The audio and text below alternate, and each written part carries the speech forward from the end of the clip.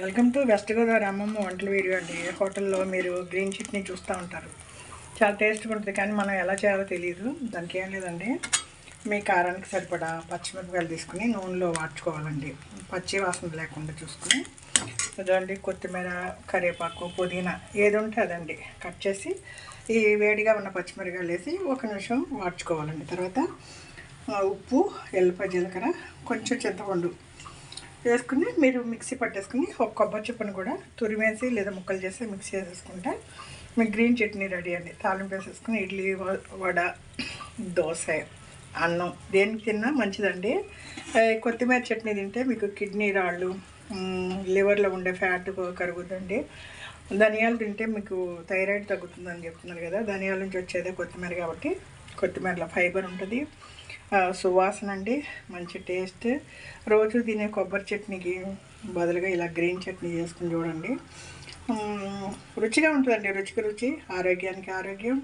Sugar పేషెంట్లు రోజు పప్పులు అవి వేసి తిని అండి వాళ్ళు ఇలాంటి చట్నీలు, సువాసనగా ఉండే చట్నీలు అవి తిన్నారనుకోండి, వాళ్ళు కొంచెం ఫైబర్ అది అందుతుంది, నోటికి రుచిగా తిన్న టేస్ట్ ఉంటుందండి, వాళ్ళకి బాగుంటుందండి.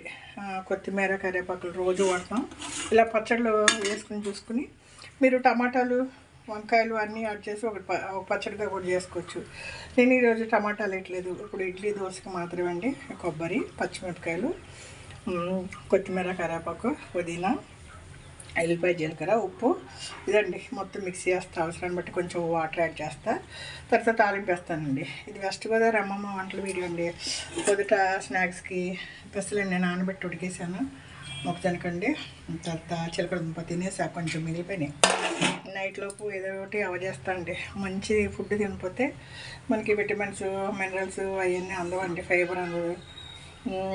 ఇప్పుడు నాకు ఖాళీగా ఉంటే ఫుడ్ మీద కాన్సన్ట్రేషన్ అండి. ఏది బెస్ట్, ఎలా తినాలి, దీనివల్ల నాకు కొంచెం హెల్త్ బెటర్గా ఉందండి. కాళ్ళ నొప్పులు బాగున్నాయి. రోజు ఏదో గుడికని అటు ఇటు 1 అవర్ అటు ఇటు నడిచి వస్తే కొంచెం కాళ్ళు ఫ్రీగా అనిపిస్తుందండి, ఫ్లెక్సిబుల్గా అనిపించి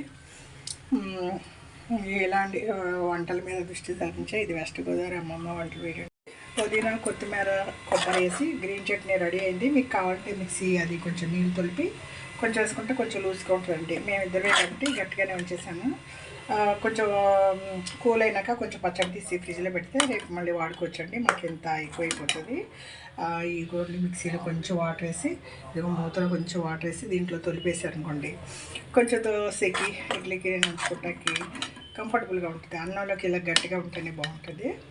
ఇది వెస్ట్ గోదావరి అమ్మమ్మ వంటల వీడియో అండి. గ్రీన్స్ మనం రోజు వాడుకునే గ్రీన్స్ ఇలా చట్నీగా తీసుకుంటే షుగర్ పేషెంట్కి చాలా మంచిదండి. ఈ వీడియో మీకు నచ్చితే లైక్ చేయండి, షేర్ చేయండి, సబ్స్క్రైబ్ చేయండి, బెల్ బటన్ నొక్కండి.